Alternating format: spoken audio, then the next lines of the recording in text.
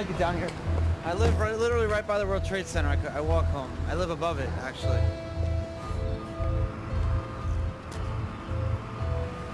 My ankle bracelet tells the government where I am every second of the day, any time of the day. But it's gonna come off when I go to prison, I think. I mean, I don't think I'm wearing this in prison, so that's what the plan is for that.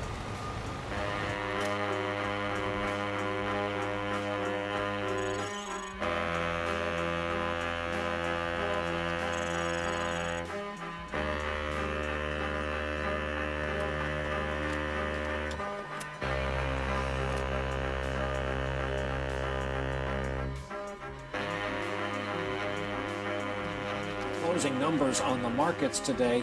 At one point, the market fell as if down a well. It was an historic day with Wall Street shaken to its very foundation. And even the health of the most trusted firms are now being called into question. We have former secretaries of Treasury who go from government to Wall Street pocketing hundreds of millions of dollars. In 2008, I became somewhat obsessed with the role that money itself played in the crisis and the role that governments and banks played in money. And why was it that our money was controlled by central banks? If something new happens, is the government likely to give it a nod or at least ignore it for a while? Or is the government likely to come down and try to crush it because they're afraid of anything new and different? This is a monetary revolution. Bitcoin is the honest currency.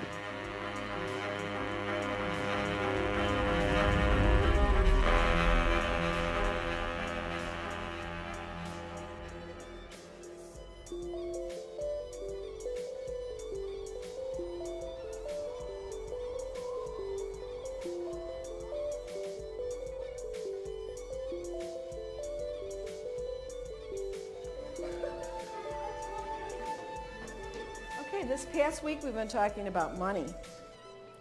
I'm going to ask everybody what you think money is. Can you give me some answers now? Money is like paper and you can like buy stuff with it. So you have to have like 4 quarters for $1.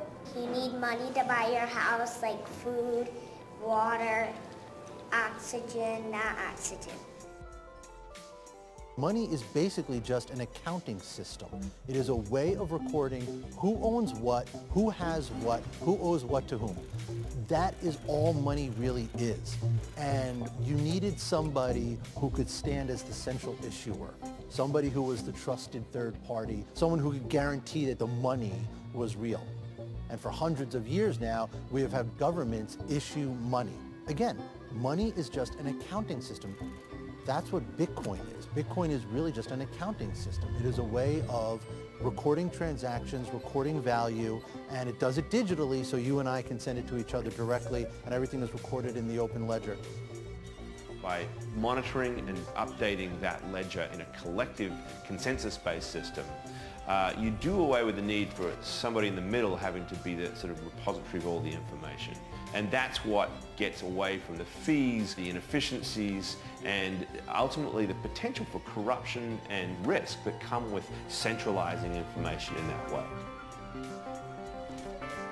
What it does is it takes that trusted third-party function and it automates it. It puts it into an open ledger that is put online, that is there for anybody to see, so that every Bitcoin is accounted for, so that you know that you're not getting a counterfeit Bitcoin. It's kind of remarkable that this idea of Bitcoin was launched just a few weeks after Lehman Brothers went bankrupt and the whole system nearly collapsed. And the problems that cropped up in the crisis were very much a part of the writings of Satoshi Nakamoto. I think what the crisis showed is that the existing system had some major flaws. It wasn't working, and people were hungry for some sort of alternative.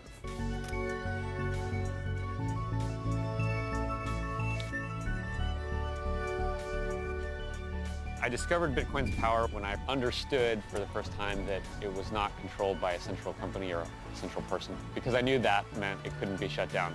And if it can't get shut down, all it needs is to do something useful, and it will become more and more adopted. And as the value grows, people will find more and more uses for it. The beauty of Bitcoin is it's easily transferable, it's anonymous, and by 2140 there's going to be 21 million, and that's the cap. There's only X amount of gold, there's only X amount of Bitcoin. Before, if you wanted to send something of value across the internet, you had to get somebody else involved. You had to have a credit card company or PayPal or maybe a bank involved in the transaction. The promise of Bitcoin is that you're directly sending this currency to another person, and then the Bitcoin network performs the function that normally PayPal or a bank or your credit card company would perform. Bitcoin really puts the control back in the hands of everybody. Everybody who's participating in the Bitcoin system is controlling how it works.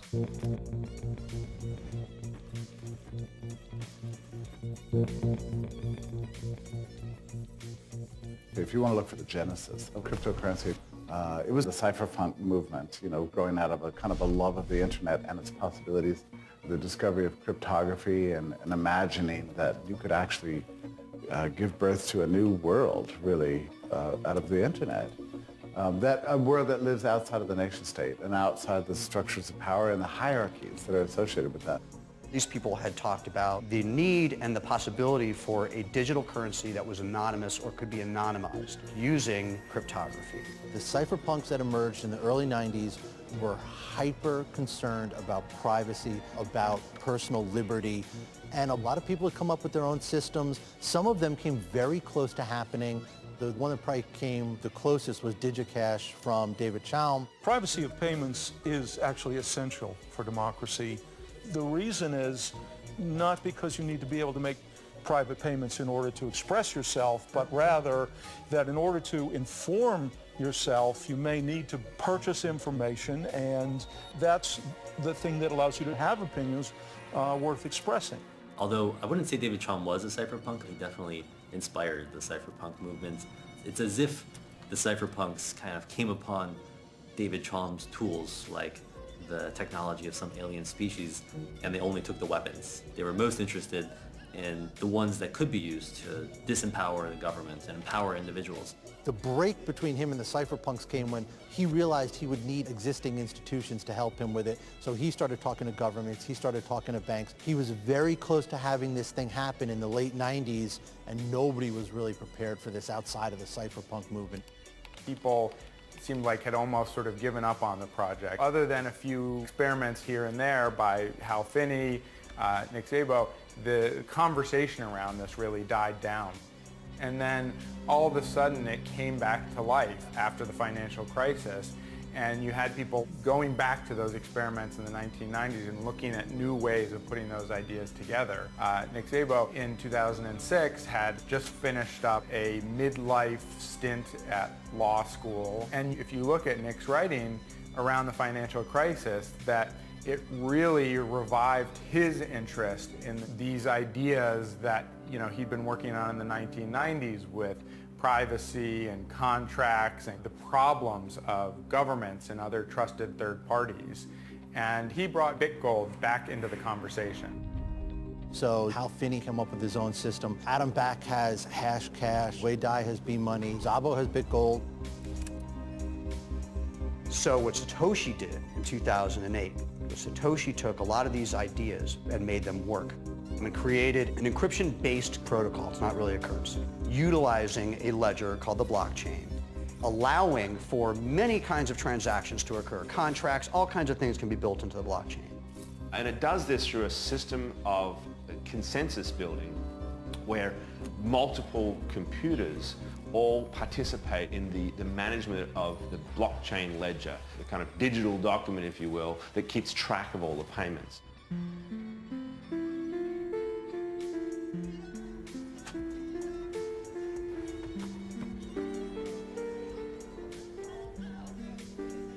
I understand it's something that is instantaneous online, and it can go from one country to the other, and they can have their money.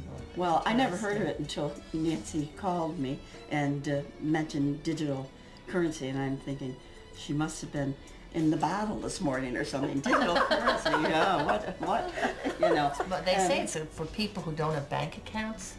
I can't understand if you have one coin, let's say it's worth $150. What do you do? Give the number or something to the, say, the grocery store person, and then they subtract it? How do you know? How do you make change? How do you know what you have left or what you've spent? You can have the money supply controlled by a computer. That's all Bitcoin really is. The key point here is that this is a distributed ledger. There is no central server. All the other ledgers that we have, all banking ledgers, all company ledgers, they all sit and reside inside that company, which means they have one point of attack. They can be hacked. JP Morgan was hacked by cyber thieves not so long ago. Home Depot, Target, we've had all these companies get hacked precisely because there's one central repository of information. The Bitcoin ledger resides on thousands of computers. You can't hack that. Every single transaction is recorded, and once it is recorded in the blockchain, it is there. It is permanent. It cannot be altered. It cannot be changed so that you can read it. Now, the identities of the people are encrypted. The wallets are encrypted, so you don't know who is spending the money, but you know that every single Bitcoin out there has a history. You know where it's been. You know the different addresses it's gone between. The most important pieces of the Bitcoin infrastructure are the miners. These are the computers that are tasked with maintaining the ledger of the blockchain, to verify the information, to update it, to make sure that this is trustworthy.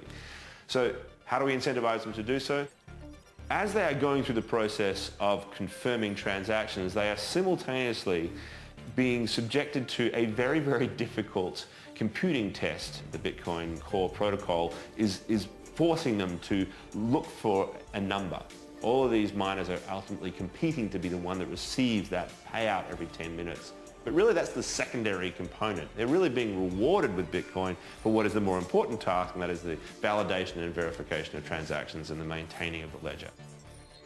Bitcoin, in being the first to achieve this holy grail of decentralized value exchange, that transfers that process of trust to a collective agreement around a body of independent computers who are compelled by an incentive system to maintain that consensus and affirm the information to be correct, is incredibly liberating, because it means that we can do it without all these intermediaries in all these different realms. The most important thing behind Bitcoin is not the currency. The key factor is the blockchain. Nobody expected this. In 2008, very few people cared about it. It was just the computer scientists and the sort of code geeks that were really interested in. All of my communication with Satoshi was ever via either the Bitcoin Talk forums, which all of that communication is public, or private forum messages, or private emails. Satoshi was always all business. It was just always about the code. My very first message to Satoshi, I asked him, so, is Satoshi your real name? What have you done before? Can you tell me a little bit about yourself? And he just ignored that completely, but came back and said, great to have more experienced programmers helping out with the project. Here's a couple of problems that need to be solved. Maybe you can help solve them.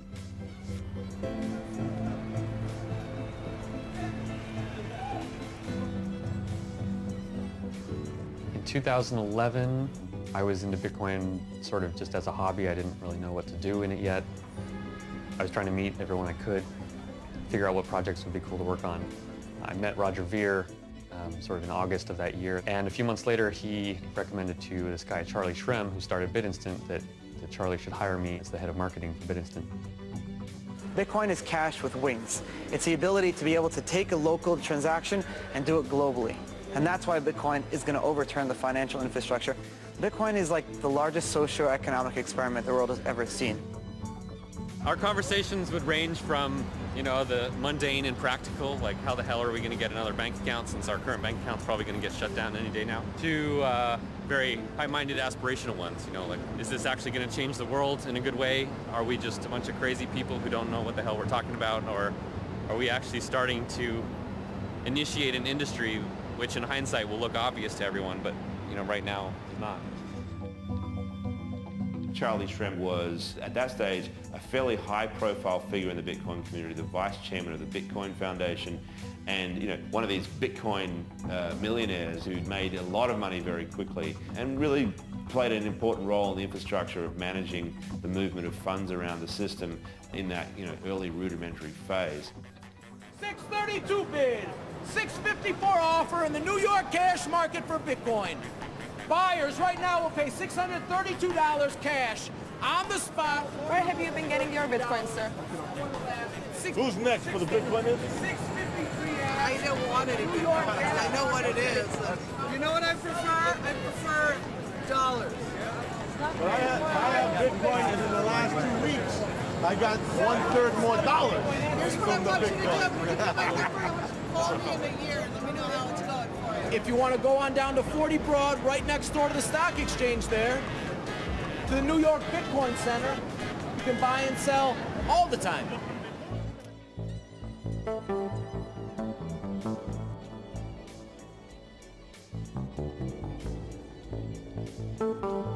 A table in the middle. Yeah. Just one small table round, and I have flowers, like a flower arrangement. A really nice flower arrangement. Bitcoin flowers? Cornflowers. So cornflowers would be white lily, purple, and orange, which is right here, 3 colors. We're putting together the first Bitcoin center here in New York City, right next door to the New York Stock Exchange. Bitcoin is a new space, and many of the rules and regulations haven't been imposed yet, but we will open one day soon, after the lawyers do their job, a live digital currency exchange. What's happening here is a fusion between Wall Street and Bitcoin, hopefully. Satoshi seemed to acknowledge that it would be hard for Bitcoin to develop in any way in which it wasn't interacting with the regular economy of dollars and euros. The problem with exchanges is that they took you back to this old world that Bitcoin was really trying to get away from. As soon as you move back to an exchange, you're moving back to a world in which some third party has all this personal data on you, has all of your money, has all of the security vulnerabilities, and really has none of those strengths that Bitcoin was designed to provide. Jed McCaleb created Mt. Gox essentially on a lark one night because he couldn't buy Bitcoins as quickly as he wanted to. And interestingly, he did it by starting with a URL that he'd previously used to run a magic card trading site. So you get an idea about where some of these ideas are coming from and how, really kind of rudimentary some of them were.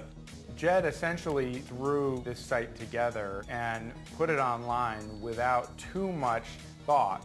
It immediately took off, much faster than I thought it would. And then I realized that in the US, there's all these regulations you have to comply with. There's a lot of legal risk around money transmissions. Jed essentially sold it to the first person he found, who was Mark Karpeles, a French guy who was living in Tokyo. He really knew very little about Mark when he decided to sell it to him. And once he took it over, it began growing much more quickly than Mark was expecting or was prepared for. He's still running it poorly, but it's still going.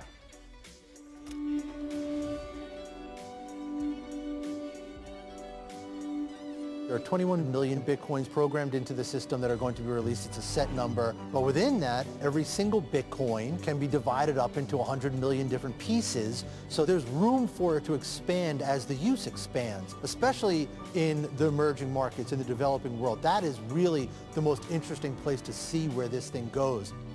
So in my pocket, I have 100 trillion Zimbabwe dollars from the Reserve Bank of Zimbabwe, just as a reminder of what happens if our governments screw up our money. Zimbabwe is a good example of a government that lost the trust of their people. And they lost the trust of their people by printing too much money and causing runaway hyperinflation. So I think you will see people in other parts of the world who've experienced hyperinflation, who've experienced bank failures. I think those will be the kind of people who are looking for something something new, right? They're willing to take the risk. A lot of us take the capacity to send money to others, receive money, store money, and do it electronically these days for granted because we are amongst the lucky 50% or so of the world that have bank accounts. But 2.5 billion adults in the world do not have access to bank accounts. A technology like Bitcoin, cryptocurrency, has the capacity to bring those people into the financial system, to give them this power to effectively have what you could argue is a bank in their cell phone, a bank in their pocket, really could open up commerce to a lot of people who are currently excluded from it. Somebody who is maybe working in one country and they want to send money back home. And right now, like Western Union is a big way that people do remittances. From a Western Union perspective, we serve clients in many different locations around the globe and primarily for remittances. Western Union serves typically an unbanked customer, a customer who is either a migrant, worker, or an individual who doesn't feel comfortable in the financial services sector. And the problem with remittances is they're really expensive. So if I'm sending $100 back home, I may end up spending $5 or $10 just on fees to get that money back to my family. That's a huge percentage if you're poor and working. So since Bitcoin doesn't care about borders, I could just send Bitcoin to another country, and if my family in that other country has some way of spending that Bitcoin or has some way of exchanging that Bitcoin into the local currency, then it's just quicker and cheaper and more convenient. And a lot of people think that remittances will be one of the really big first uses for Bitcoin. The one challenge there is we deal with, in our company, 750 transactions peak a second, and those happen instantly. If you look at a blockchain, you have to wait for verifications, and if you do a recent test, it takes about 15 minutes for every transaction to be validated by the network. That doesn't scale, so it has its challenges as well.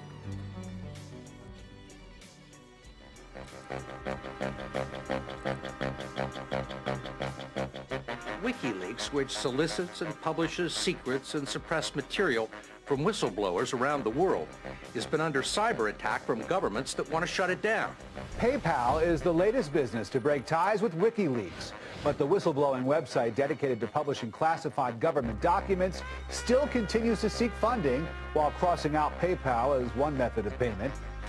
In order to ensure our future survival, WikiLeaks is now forced to temporarily suspend all publishing operations in order to direct all our resources into fighting the blockade and raising funds.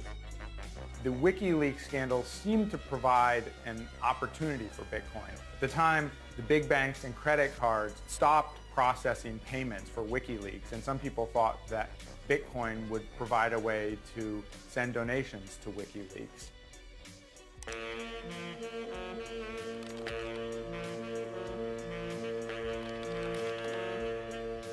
You could certainly see in the hubbub around WikiLeaks that Satoshi was still somebody who was very paranoid about the government and the government coming in and taking too close a look at the Bitcoin project. And you could also see that Satoshi, I think, realized at this point that Bitcoin was still young software and the kinks hadn't been worked out yet. In, I think, late 2010, he asked me if it'd be okay if he put my email address on the bitcoin.org homepage, because he had been the primary contact for people. And I said sure, and he went ahead and changed the webpage, but what he did is he left his name there, but he took away his email address. And so it was just me and my email address who was suddenly getting all of the attention. And I think that was Satoshi's way of kind of saying, you're the leader of the project now. There was one particular email where he told me that he was going to step away from the project and do something else. He never told me what else he's going to do or that he is doing. I had just been invited to give a talk at the CIA, and I told Satoshi that I accepted the invitation to go speak at the CIA. After he sent that email to Satoshi telling him that he was planning on going to the CIA, he never heard from Satoshi again, and that was essentially the last time anybody heard from Satoshi. you very quickly get caught up in the question of who is Satoshi Nakamoto? Where did this come from? Who is this person? I mean, this is the 2000s. Information is out there, everything. Everyone knows everything about everybody. How can there possibly be a person that nobody knows who this guy is? But there is a person, and at least I think it's a person, it might be a group, who nobody knows who this guy is. And he kind of appears out of nowhere in 2008 on these cryptography email lists with this system called Bitcoin. He's very active in the early years. There's a lot of back and forth with him communicating with people. It seemed like most people kind of wrote him off. It's kind of like a illusions of grandeur kind of scheme. Hal Finney, on the other hand, seemed to be really interested right from the beginning. He was a crypto idealist. Like, he was not as kind of cynical as many of the other cypherpunks. So he got really into this. He started talking to Satoshi Nakamoto, who he said seemed like some young Japanese-American coder. Hal Finney was the first guy to work with Nakamoto. He was a cryptographer. As soon as Nakamoto released it, he was one of the first people to email him back and say, hey, this is interesting, I'd like to work with you. And in the first weeks of Bitcoin, he worked with him back and forth setting up the system. And Satoshi Nakamoto ended up sending Hal Finney the first ever Bitcoin transaction. Any discussion of Satoshi's identity has to go back to the fact that Bitcoin was based on this small number of projects back in the 1990s that only a handful of people knew about, like Hashcash and BitGold and B-Money. And so you end up with a pretty small group of people who would have known about these projects. People thought David Chaum was, everybody in the cypherpunk movement at one point or another, they've said, well, he must have been Satoshi. They've all come out and denied it. Probably somebody who started out in the 90s in California with the cypherpunks, somebody who is very, very good at cryptography, who understands encryption, and has done a wonderful job of just separating Bitcoin from anything that can identify him.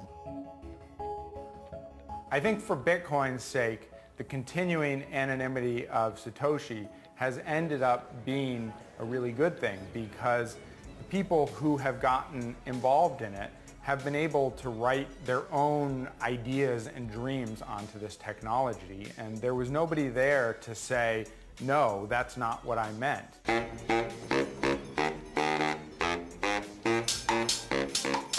In the early days, the first group was really just a bunch of more or less tech-minded coders.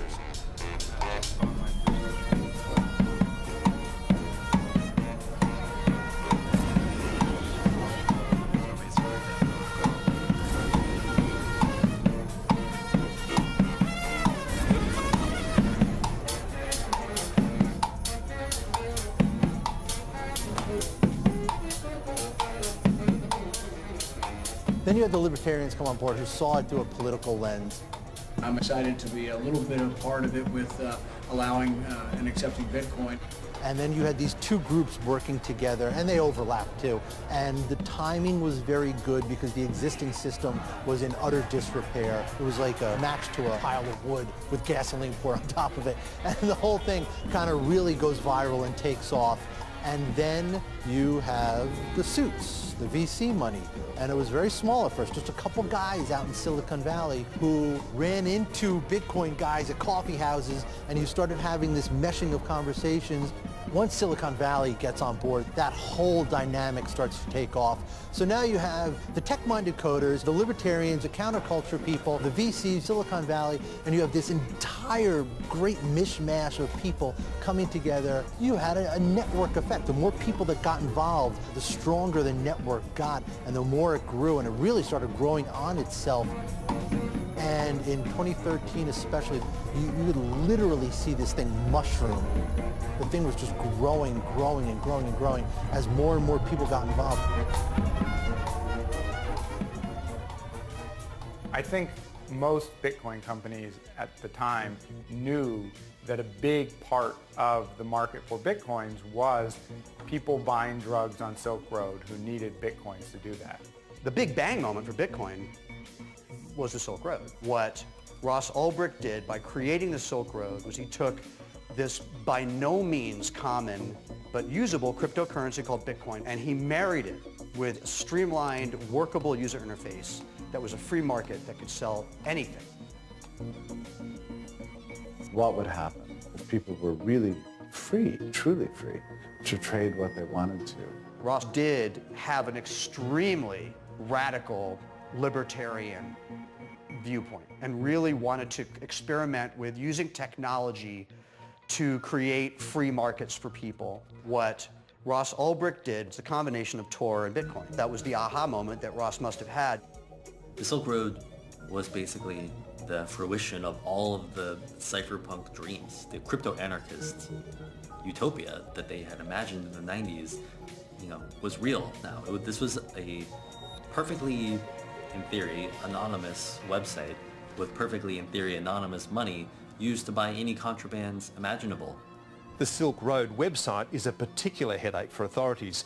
It's an anonymous online marketplace where people sell drugs that are posted to customers all over the world. Cyber investigators, when there's a crime, can kind of trace you back because you have an IP address. It's like a telephone number. So if you call another computer, that IP address is tracked. On Tor, that's taken away because your information hops from computer to computer to computer. So there's no way to trace you back to your original one. Tor is an anonymous system. So if you use the Tor browser, which it has a browser, you can go to Tor and download their browser. You can browse with some degree of security. So that's great for plugging your banking information into a site so you don't get hacked. The other component of Tor, which has similar uses, is called Tor Hidden Services. Tor Hidden Services is actually, to put it simply, a URL that doesn't have .com on the end, it has .onion. And that is its own little space where you can create websites and you could freely transact without oversight or regulation. People put websites on there that are outside of law enforcement's view. There's hackers for hire, there was malware, there's credit card dump services, there was a whole bunch of them.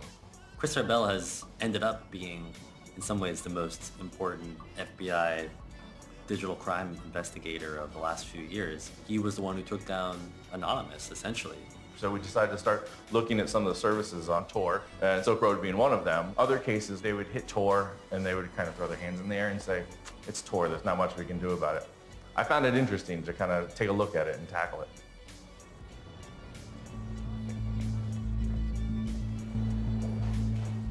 BitInstant was basically born because if you want to move your dollars into a Bitcoin exchange, it takes at least 3 days. And since the major exchange, Mt. Gox, was in Tokyo, it could take a week or more.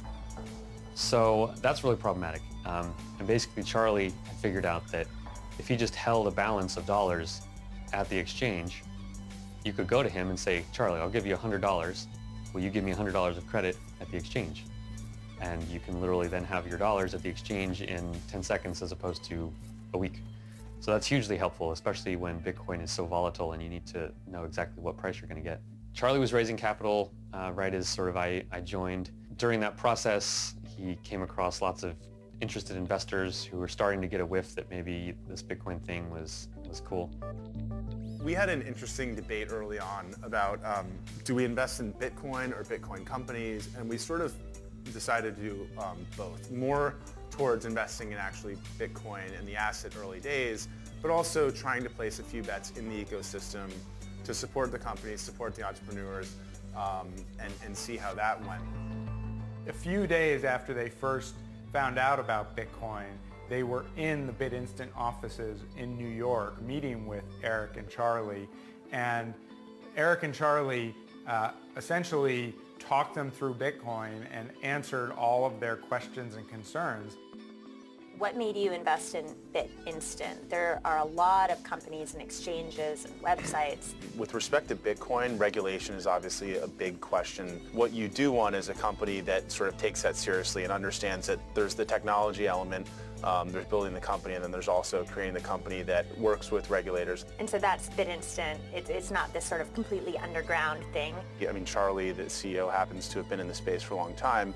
So he's sort of on the pulse and the cutting edge. You come out and you say, we want this Bitcoin thing to overturn everything, but at the same time, we have to be compliant, and you have to know your customer. You have to know every single customer, no matter what, even if they're transferring $1 or $1,000. And how reasonable is that? The term money laundering was invented by banks, and knowing your customer shouldn't be this complicated, expensive thing, and you shouldn't treat everyone like a criminal in the beginning. They really wanted us involved. People were really friendly because it benefits you to onboard more people in. So Bitcoin's always been this very friendly community, and it's also, in some ways, it's self-serving that way. But we were there for the right reasons. At the time, BitInstant was the big company other than Mt. Gox. It was the way that most Americans were able to buy Bitcoins. Here it is. So BitInstant was located right there. I think it's the one that now says bling. It was a whirlwind 6 months, going from total obscurity with no money to becoming, one of the hot startups of Bitcoin. But almost as soon as the twins made their investment in the company, it began falling apart. The twins had a much more practical approach to Bitcoin and BitInstant. They wanted to see the company making money and making as much money as it could, as quickly as it could. They saw early on that it would be regulated, that it wasn't going to be this big and have no one be interested in regulating it. So they feared that all kinds of regulators would come in at all different angles and tie the thing up in a complete morass where nothing would ever get done. So they wanted to help drive the regulation so that whatever regulation would be there would work and would not end up being a complete dead end for Bitcoin. That strategy is smarter from purely a business perspective, but I'm not in this purely from a business perspective. I'm in this for business and because I'm trying to change the world and make it better. And building Bitcoin companies and begging for regulation that matches exactly the banking regulation that has caused so many problems, I feel like is counterproductive. For the most part, BitInstant was actually taking steps to make sure that people weren't using the service for illegal purposes. But Charlie made the mistake in dealing with BTC King of acknowledging that he knew what BTC King was doing and that he was acquiring Bitcoins to sell them to Silk Road customers. In this case, Charlie worked with the guy and wrote emails that essentially acknowledged he knew what this guy was up to.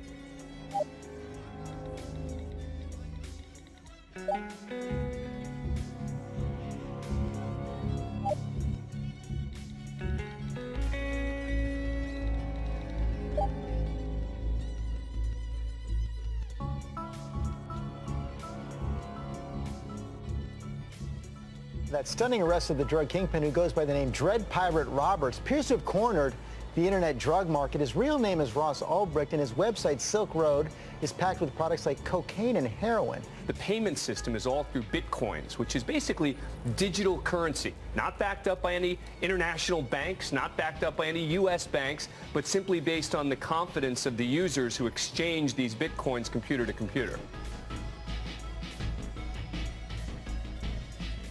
There's a reason why the case was tried in New York, in the Southern District. And largely, that was because of Bitcoin. Ross was caught in San Francisco. The Silk Road servers were out of the country.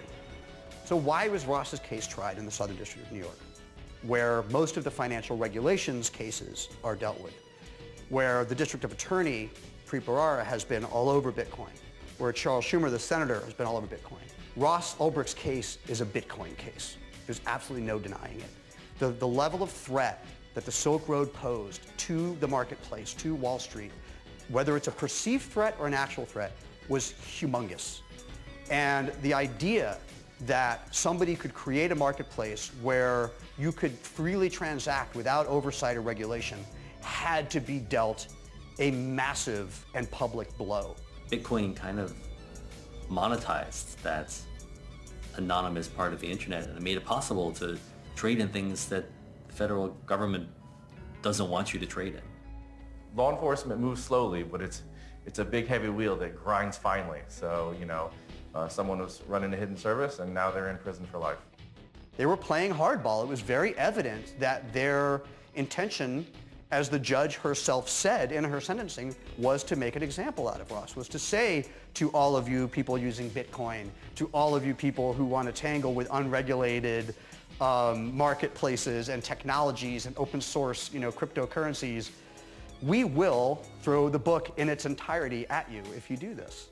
We seized a whole bunch of Bitcoins, And in order to sell those Bitcoins off or go to an exchange, you have to fit within federal law and state law. There's not really an exchanger that could handle that met those regulations at the current time. So it had to be handled through auction.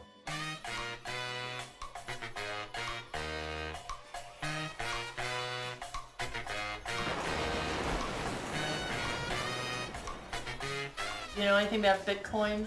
There's an article in the Wall Street Journal today on Bitcoins. Really? Right here. You want to read it? It is. Digital currency. Did you see that? Wow. Oh. Digital currencies will disrupt global finance, transform the way we pay for things, and just maybe make the world a fairer place. From what I read on the computer, they have had some problems. It does say here it's a haven for drug dealers. Yeah. Wow. The reason is because you can't track it. Well, I think I don't like this idea at all.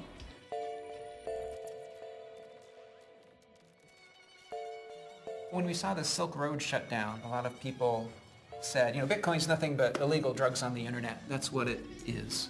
And they would point at the Silk Road and say, look here at all the stuff that's happening here.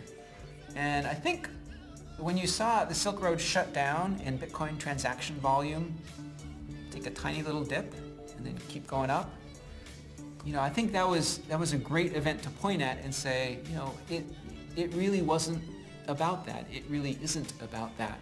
You know, it's a tiny little part of the economy. I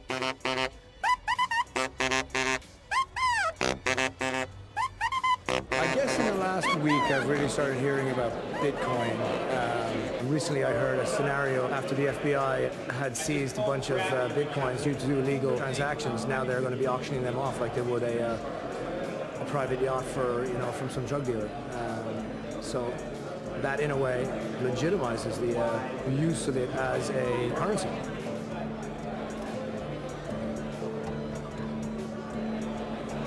Looks like it's the first live Bitcoin exchange on Wall Street. Looks that way. So one for 900. Buying or selling? Right now we are looking at the open interest at the floor of the Bitcoin exchange. There's different exchanges that are online that will present the bid and ask, but there's no true open outcry exchange. Buyers and sellers coming together in an open, clear, transparent, honest way.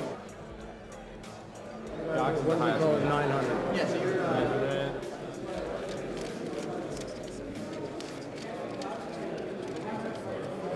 Here's my transaction, probably the first two transactions of the day.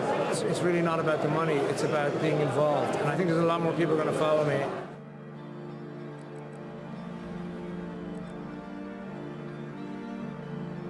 Charlie Shrem, 24 years old, arrested today and charged with engaging in money laundering. Shrem enabled people to transfer money from Bitcoin to cash via his company called BitInstant. Now, the other point that the DEA is making is that Shrem bought drugs online at Silk Road and that he knew Silk Road was a trafficking website. And we know the Winklevoss twins, who obviously were featured in the movie about Facebook, they're actually investors in Shrem's company.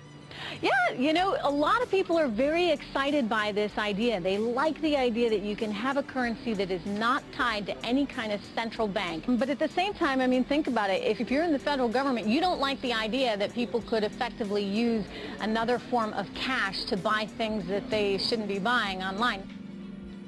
With me, it wasn't all my customers. It was one customer.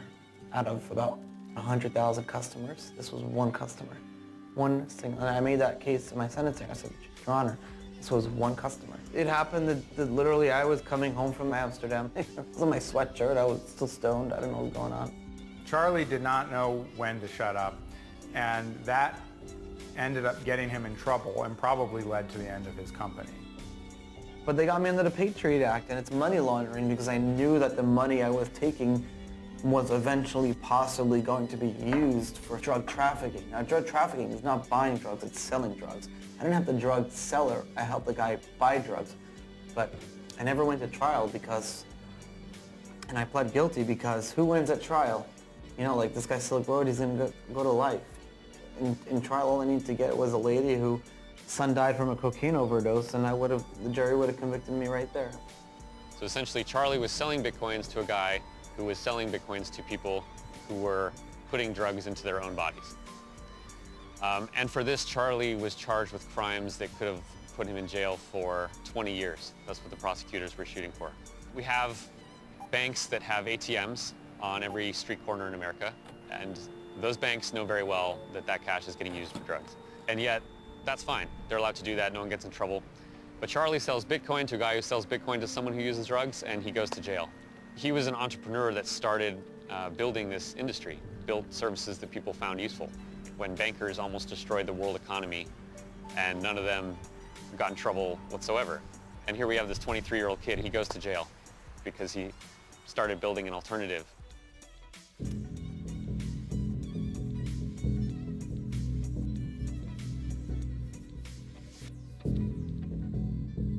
Over the last 6 months, our agency has been conducting an extensive inquiry into virtual currency. The information we're going to gather in this fact-finding effort will allow us to put forward, during the course of 2014, a proposed regulatory framework for virtual currency firms operating in New York. Yesterday, we had serious criminal conduct come to light involving virtual currency as a vehicle for money laundering, drug trafficking, and other major felonies. Right now, the regulation of virtual currency industry is still akin to a virtual Wild West. That's why we're evaluating whether our agency should issue a so-called bit license, specifically tailored to virtual currency. I think people who imagine a very powerful utility like Bitcoin that would somehow escape regulation entirely are either naive or extreme optimists. Bitcoin is a battle of ideas, and it forces the issue of whether people should be as free in their handling of money as they are in their handling of speech or religion or relationships with each other. If you want to have this thing go mainstream, you're going to have the regulators, the lawmakers weigh in on it. And one of the first ones who really took an interest was Benjamin Lawsky, very important regulator in the financial world. And in January 2014 holds these public hearings because he wants to come up with a license for Bitcoin companies. We believe that putting in place appropriate regulatory safeguards for virtual currencies will ultimately be beneficial to the long-term strength of the industry itself. Lawsky was essentially given the opportunity to write the rules for this whole new industry from scratch. The first question is the obvious one that's on everyone's mind. It was sort of unexpected yesterday, but with the arrests we saw, obviously that's put a bit of a cloud hanging over the industry right now. And so how do each of you react to what we saw yesterday, what it means for Bitcoin or virtual currency and its future? I think it further supports that bad guys are going to do bad things and they're going to use whatever technology is available to them. But I view it as if the allegations are true and they're convicted, the system works. Are people still doing bad things with Bitcoin? Sure. Is the majority of the Bitcoin activity vice? Not a chance. So I think the issue you raise is one that people like to write about, the media likes to write about, makes great headlines, you get a lot of clicks, you can sell a lot of ads, but I think it's in the rearview mirror. There are some people in the Bitcoin community from the libertarian side of things that want government to just leave it alone. Would you say regulation is both inevitable, but more importantly, actually ultimately going to be crucial for the survival of virtual currency? Sounds like a terrible idea to me. Just understand what we're trying to do with Bitcoin. We're trying to create a world where transactions can move globally for free, okay? And making these companies hire, some outsourced compliance firm is a bad idea. It'd be great in any industry if you could just open the door and let folks run out and give a shot. We may choose not to invest in a company if they can't get licensed by you. If the choice ultimately is between preventing money laundering on the one hand, and I probably even shouldn't use the word money laundering because it's too nice a word, frankly. Money laundering is the facilitation of all kinds of horrific crimes that I think everyone in this room never wants to see happen. Acts of terrorism, funding rogue nations, etc., all take place through massive money laundering. Now, the choice for the regulator is permit money laundering on the one hand or permit innovation on the other. We're always going to choose squelching the money laundering first. I agree that I don't think anybody wants money laundering. When we first saw Bitcoin, about a year and a half, almost 2 years ago, I don't think anybody would deny that it was a bit of a wild, wild west because there was no regulation, there was no framework to evaluate the asset, evaluate companies, determine who was compliant, who was not.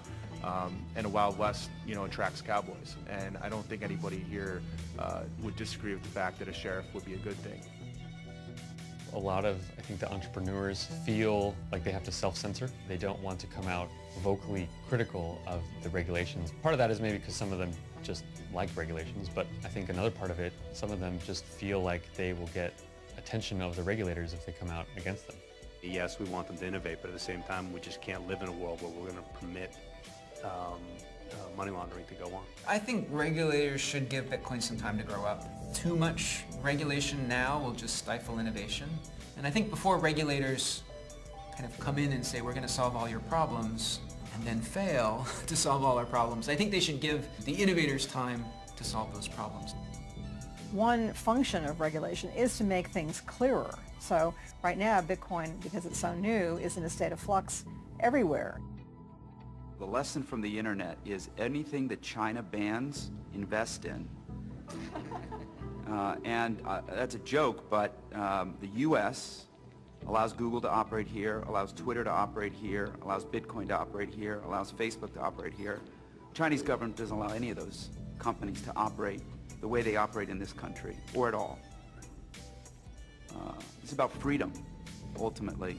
We're 50 yards from the old World Trade Center here, and I think all of us never want to see anything like that happen again. And it would have been a lot harder for 9/11 to ever have occurred had we had the protections in place that would prevent the movement of massive amounts of money around the globe by people who would want to kill everybody in this room. So I think the key is to not create useless regulation, but I think the motives behind a lot of those rules are to ensure we don't miss something again. Since 2001, there's this absurd obsession with terrorism. So anytime a regulator gets up and says, well, Bitcoin can be used for terrorism, well, of course it can. So can anything. So can cell phones, and so can the internet, and so can a car. It doesn't mean that we should, stifle the growth of those industries just because bad people can use it.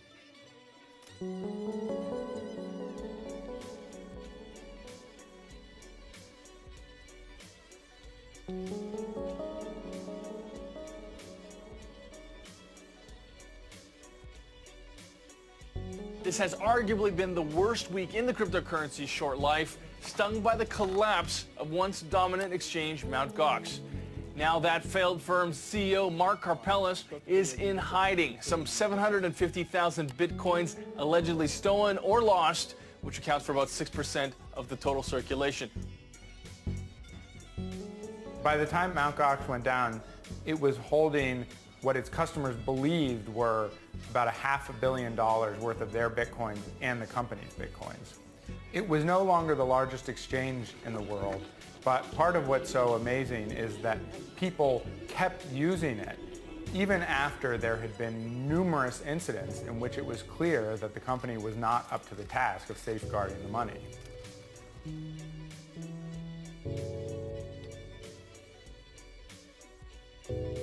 And the only reason he survived as long as he did was because in 2013 the price started going up. People kept putting money into it. He had more and more money because the price was going up. But as soon as the price started going down, and this is what happened, right? It peaks in late 2013, starts coming down in 2014. As soon as that price started coming down, it all just tumbled for him. Gox was going to collapse. That it lasted as long as it did was actually kind of a stroke of fate. But its failure was it didn't have the kind of more boring mainstream institutional controls that we require to bring it to the next level. And there's a whole bunch of money missing, and no one knows if they just lost it, if it was stolen from them, if they embezzled it, or what. But the important lesson from Gox isn't that Bitcoin doesn't work. The important lesson from Gox is that you don't leave your money with a trusted third party because you can't always trust them. You can only trust them until you can't. This was also a lesson that people were supposed to learn during the financial crisis, but they don't seem to have learned it yet. Mark Karpales was a gamer. He was not a finance pro. He really didn't know what he was doing. And he didn't build it. Jed McCaleb built it. He didn't improve upon it. I mean, it lurched from crisis to crisis throughout the entire history.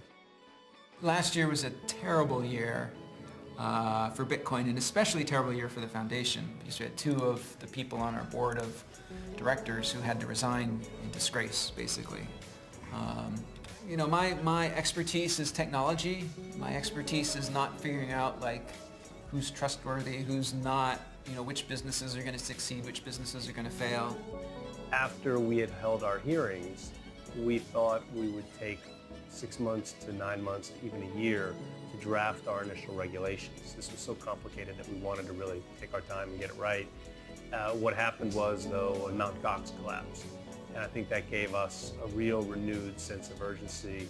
And we realized that if we got regulation right, we could create more confidence in Bitcoin, frankly, as opposed to the sort of loss of confidence you saw not only from the Silk Road case, but also from the collapse of Mt. Gox. So your sense, though, of the regulators right now, I assume you've had conversations. The discussions that we've had, I think everybody recognizes the innovation and doesn't want to stifle it. They just want to make sure that there's healthy regulation so it's used in a safe and productive manner. I'm not giving up on New York. New York's giving up on me. I can't even turn on a Bitcoin machine. An ATM, I can't turn it on. I can't make trades. I can't do anything. There's no cash flow at all. And it's potential regulation. It's regulation that I should believe is coming down the pipe. Like, I don't want to do anything that someone's frowning upon right next door to the stock market. They're going to lock me up. You know, you can't have an exchange. Well, we don't. People meet then and exchange with each other. New York's sitting there on the high horse, and the whole world's waiting on New York to create some fucking license.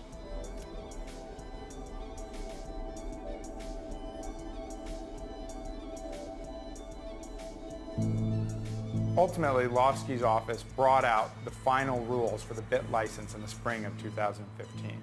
A lot of companies complained that the regulations were too burdensome for them to operate in New York and still make money. I saw just overnight dozens of companies that were on the verge of launching. They just threw in the towel and said, we can't afford this. Eric Voorhees' new company, Shapeshift, would have had to apply for the BIT license if it wanted to keep customers in New York.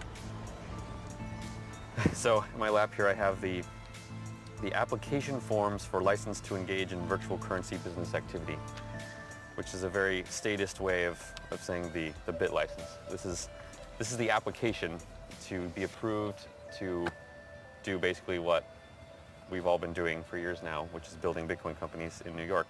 And a lot of stuff in here I personally feel is unethical, so we're not going to comply with it, which means we have to block New Yorkers entirely. And when an entire new industry starts blocking a place like New York that used to be the financial center of the world, hopefully some of those politicians will take notice. The point of it is to, one, make sure there are enough consumer protections, two, make sure we have adequate cybersecurity, three, make sure that the companies are adequately capitalized so they don't collapse upon themselves. You know, you've seen a tug of war between the hardliners and those who are saying, you know, you've got to have enough space for innovation in here. And the system has come out, I think, probably stronger as a result of that. And there's a widespread view amongst certainly the business Bitcoin community that some level of regulation gives legitimacy to what they're doing. It gives people confidence in what they're doing. This is an important part of growing up. Ultimately, they're not going to get it right because no regulation is ever right, but I'm highly confident that whatever happens going forward, the BIT license will be looked at as a positive development in the evolution of Bitcoin, because it just removed one of the biggest pieces of uncertainty, which is how is this industry going to be regulated? I think most of us, at least a lot of us, think that sensible regulation that sets guidelines, that makes sure people's money doesn't just go into a black hole, that's a really important thing, that regulation. I'm sure Satoshi wouldn't be happy to see this kind of thing, which is not based on the logic and reason that a programmer is used to. I think a lot of developers, understandably so, try to stay out of the political nonsense. It has been one of the biggest mysteries raging across the internet. Who is Satoshi Nakamoto? Newsweek published an article claiming the man in these images is the Bitcoin founder. The man who created Bitcoin is known as the father of Bitcoin, the online currency now worth billions. When you asked him about Bitcoin and he says, I can't talk about this anymore, he was not referring to Bitcoin. But with me, he definitely acknowledged Bitcoin. I think at this point now he's saying he was confused by the conversation. Clearly somebody thought that we did this as an act of war against Satoshi Nakamoto or Bitcoin, and I want to be very clear that I certainly never meant it that way. I have nothing to do with Bitcoin. It was a monster story. How did they figure it out? Oh my God, look at this guy that they named. His name is Dorian Satoshi Nakamoto, living in California, basically hiding in plain sight. It becomes a gigantic media scramble. And then Dorian emerges from his house looking kind of disheveled, looking kind of confused, and says he's not Satoshi Nakamoto, says he's never heard of Bitcoin. He doesn't understand. He had one conversation with Leah. She misunderstood what he said. She took it the wrong way. And you probably would have had to have been a cypherpunk to understand all the elements of it that had already been put together. The odds of it seem very low to me that it was somebody from completely outside that community who happened to know all these different things and put this together and appear out of nowhere. The day that Newsweek's story came out, naming Dorian Nakamoto as the creator of Bitcoin, I got this email from an old acquaintance that was titled, "What are the odds?" And it's laid out the fact that Hal Finney lives less than 2 miles away from the known address of Dorian Nakamoto, where Newsweek had found him. And Hal Finney is the #2 ever user of Bitcoin, who received the first Bitcoin transaction. He worked on an early prototype of an anonymous currency system. He was a cypherpunk. So how could it be that the purported creator of Bitcoin and this known, confirmed, second ever user of Bitcoin hadn't ever collaborated, that Hal Finney, who was less than 2 miles away from Dorian Nakamoto, hadn't helped to create Bitcoin? Or maybe he really was the creator of Bitcoin. Maybe Hal Finney was Satoshi Nakamoto. When you look at the Bitcoin white paper, it made reference to a lot of the earlier projects that fed into Bitcoin, but it's very notable that the one project it doesn't refer to is Nick Szabo's BitGold, which is perhaps the closest precedent and the closest parallel to Bitcoin. I mean, BitGold is so close to Bitcoin, it's hard not to think that, maybe Nick is Satoshi. A lot of people will say Nakamoto must be Szabo, Nakamoto must have been Finney. But I don't think he was trying to leave any breadcrumbs out there for anybody to follow. I told my editor about it. He agreed that you found Satoshi Nakamoto. So I got on a plane to Santa Barbara and I drove out to Hal Finney's house. But at this stage, he was already completely paralyzed by ALS. This really awful, debilitating terminal illness that slowly shuts down your body while leaving your mind completely intact. And the time when he started to fade in his physical abilities did roughly coincide with the time that Satoshi Nakamoto started to disappear. Maybe the reason that Satoshi Nakamoto had chosen to fade away was because Hal Finney was physically fading. There have been a number of stylometric studies, and you see so many of these similarities between Satoshi's writing and those of Nick's, including these little things like having 2 spaces at the beginning of a sentence and phrases and spellings that nobody else uses. So I talked to Hal as much as I could, mostly in a kind of one-way interview, because he could really only respond with yes and no answers. And he denied being Satoshi Nakamoto. You could tell that he was amused by the whole idea that I thought he was Satoshi Nakamoto. One of the really remarkable things from Nick Szabo's writing in those months before Bitcoin was publicly launched is that Nick, in responding to some comments about a post he had made about BitGold, actually asked the other people who were reading him if anybody wanted to help him code this idea up into real software that could work. It was never turned into a reality, but when you look at BitGold, it's hard not to be struck by the similarities between it and Bitcoin. Maybe it was a duo. It was Szabo and Hal Finney, and now... It's possible. Yeah, Hal could have been the coder. I don't know. You know, this idea that Hal Finney could have been the kind of ghost coder for Bitcoin, I guess it's possible. Other people kind of speculating on Reddit or other parts of the internet thought that maybe Hal Finney had used Dorian Nakamoto as a patsy. If he were ever traced back to Dorian Nakamoto, it would seem like this guy was the creator and Hal Finney would be sort of immunized from it. Everyone else who was involved in the project leading up to Bitcoin has released their communications with Satoshi from this period. Nick has avoided doing that and essentially went silent in those critical months after Bitcoin was released. You know, when you talk to people face to face and they tell you these things, you can get a sense if they're being honest. And if Hal Finney actually had a secret billion-dollar cache of Bitcoins, he wouldn't have been able to lie to me so effectively about it. In the end, the reasons to believe that this was all just a coincidence began to outweigh the coincidence itself. It's almost like an eel. There's something there, you can see it, but as soon as you touch it, it just slides right out of your hands and you're left with nothing. Anybody who is of any note in the cypherpunk movement, and even outside of it too, has at one time or another been called Satoshi. Hal Finney denied it, Nick Szabo denied it, they've all denied it. Maybe one of them is Satoshi, maybe all of them are Satoshi. It really is a mystery.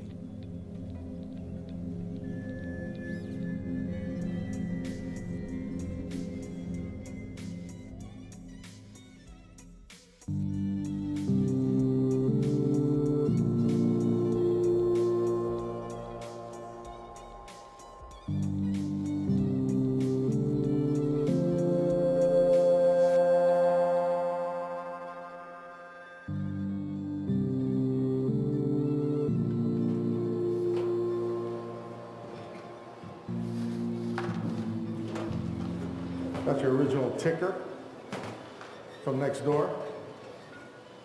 All right, so we're over here. Bitcoin Center, 100 feet from the stock exchange over here. And, you know, some of you guys took a hit last couple weeks. A lot of the big guys, they got their foothold in the business that they weren't a part of in the beginning. I don't know what's going on, but I don't know. I wouldn't write off Bitcoin that easy. I know that Bitcoin is going to change the world. It's changing the world already. And we have to stand tall and proud as Bitcoiners and early adopters. They don't know anything about new technology, but once it starts making sense, they throw their dollars behind it.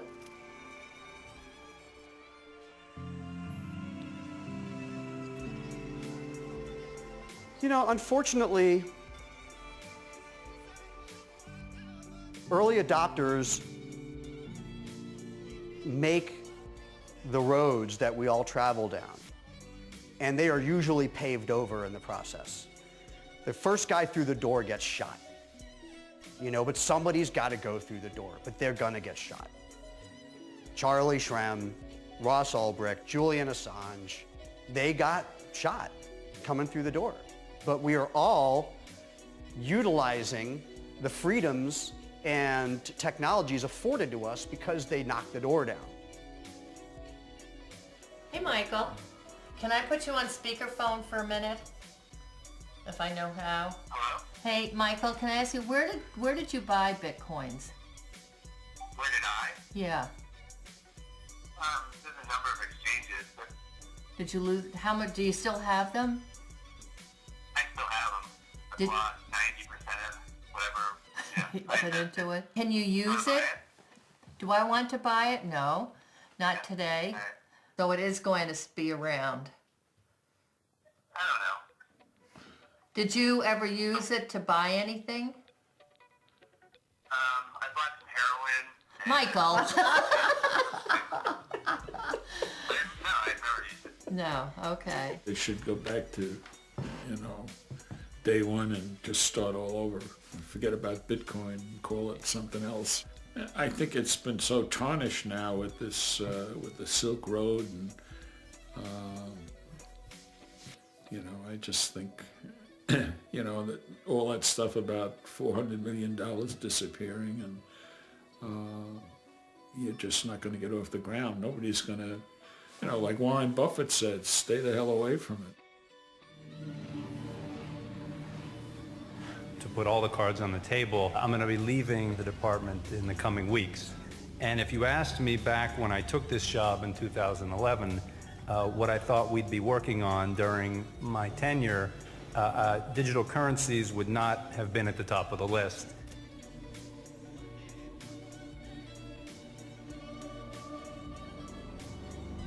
So Ben Losky created this thing called the Bit License, which is New York's attempt to regulate this scary new technology. It's now law, and he has announced that he is leaving government in order to set up his own private consulting firm to help companies navigate financial regulations such as the Bit License that he created.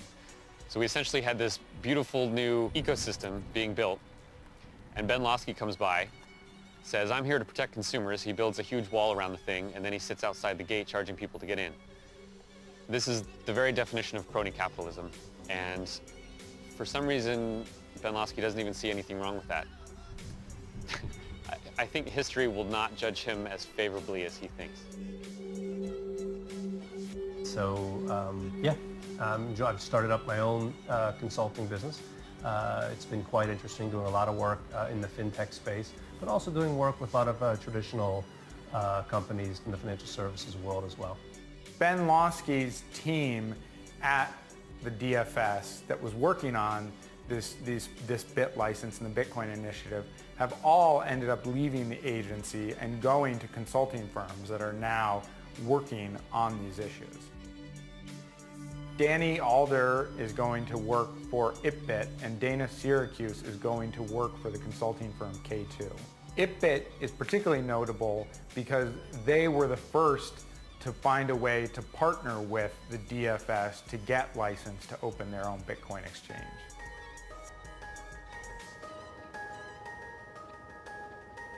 When this is over, I'm definitely going to leave New York when I can. Where I'm going to go, I don't know. I think the Bitcoin community in New York is done with. There's no one, it doesn't foster innovation here. It's too difficult to have a Bitcoin company. No banks will open up accounts. You have the threat of regulation. You have high-profile arrests like myself and others. No one wants to deal with it. When did you first start digging in on Bitcoin? 2.5 years ago, when I took over the foreign exchange payments business at JP Morgan. So you probably had your Mt. Gox, BitInstant, your Charlie, and those guys. I mean, it's interesting. Almost none of those guys are around anymore. 2 years ago, at all the major banks, Bitcoin was an afterthought. It was kind of a, maybe in a hallway conversation at the water cooler. And now, even this week, I met with one of the other major banks. Everyone's got a Bitcoin specialist, at least one working group, kind of teams of people who are trying to figure out how to incorporate the technology into their existing operation. Banks and institutions associated with the financial system are really starting to recognize that the payment system underlying banking could be made more efficient by the application of blockchain technologies. The blockchain technology underlying Bitcoin has become something that a lot of people are now very, very interested in for all kinds of other uses, whether it's allowing for derivatives to be transferred or securities to be transferred or all manner of financial instruments to be transferred in complex, interesting ways. I think different companies are going to adopt different strategies, and it's going to be fascinating to watch companies like Digital Asset Holdings, Life Masters Company, doing very, very interesting work. I didn't become aware of Bitcoin in any meaningful sense until 2014, late in the year. And at the time, my perspective was one of skepticism, I would say, specifically because the storyline that I heard related very much to cryptocurrency as a potential medium of exchange and store of value, which is a valid debate and application, but it doesn't have the full extent of the power that the underlying technology has to achieve. Blythe Masters is not just any banker. She is this person who I think is really seen as being behind some of the most problematic innovations in the financial industry over the last 3 decades. Blythe is the one who's essentially given credit for creating the credit default swap, which essentially provides a way to bet on the default of a bond. And the credit default swap ended up taking this place at the center of the financial crisis and these bets that banks had made against subprime mortgages. Blockchain technology eradicates a significant amount of inefficiency in the system and reduces costs. It doesn't mean that we are doing away with the need for trust in financial services at all. Bitcoin was designed to find a way to circumvent Wall Street, and what Blythe Masters is doing is essentially trying to find ways to bring Wall Street into Bitcoin and make it possible for them to use this technology as well. What the bankers seem to be looking to do at this point is create their own private blockchain where their computers are powering it rather than these anonymous miners. They want control over the system. The banks are looking at this incredibly wide array of ways that they might use this, which include, replacing stock exchanges, finding new ways to originate loans, finding new ways to move money between countries. And of course, that's going back to the original idea of Bitcoin, but now it's happening within these financial institutions rather than outside it, as Bitcoin had imagined. I have no problem with the banking system and the financial industry co-opting Bitcoin, primarily because Bitcoin can't really be co-opted. The fact that it's decentralized means no one can control it, no matter who they are or how much money they have. I think it's all good for Bitcoin. I think all of the innovation that's happening, both on Wall Street and in Silicon Valley, I think competition will take care of people who want to try to have a monopoly or who want to try to charge more than they should for whatever product or service that is happening on the blockchain. It really is as advertised. It really is controlled by all the people who are using it, and it really is designed just to be a more efficient, more fair way of sending value over the internet. Bitcoin is not neutral. You cannot remove the political component that Satoshi implanted in Bitcoin from Bitcoin. It's what a lot of the people on the Wall Street side try to do. You cannot neutralize Bitcoin. It's impossible. Thankfully, I'm going to go to a comfy federal prison camp without fences, that's pool tables and a track and a baseball field and decent food and kind of 100 or 200 people that are white collar. Those guys in prison are the best ones to use Bitcoin. They're smart. I'm very excited to talk to them about it.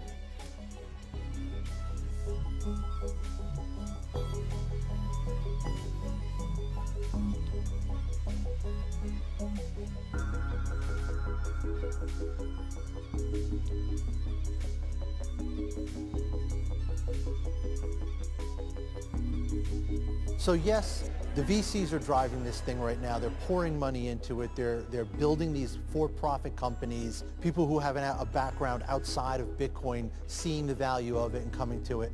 But just because they're doing everything they're doing doesn't mean that the libertarians and the utopians have to go away.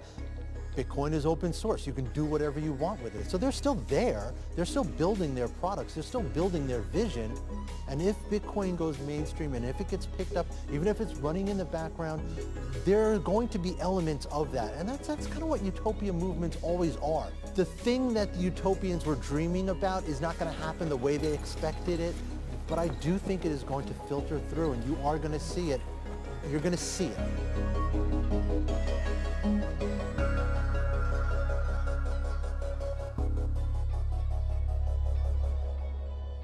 So you're going to show me that Satoshi Nakamoto is you? Yes. Some people will believe, some people won't. And to tell you the truth, I don't really care.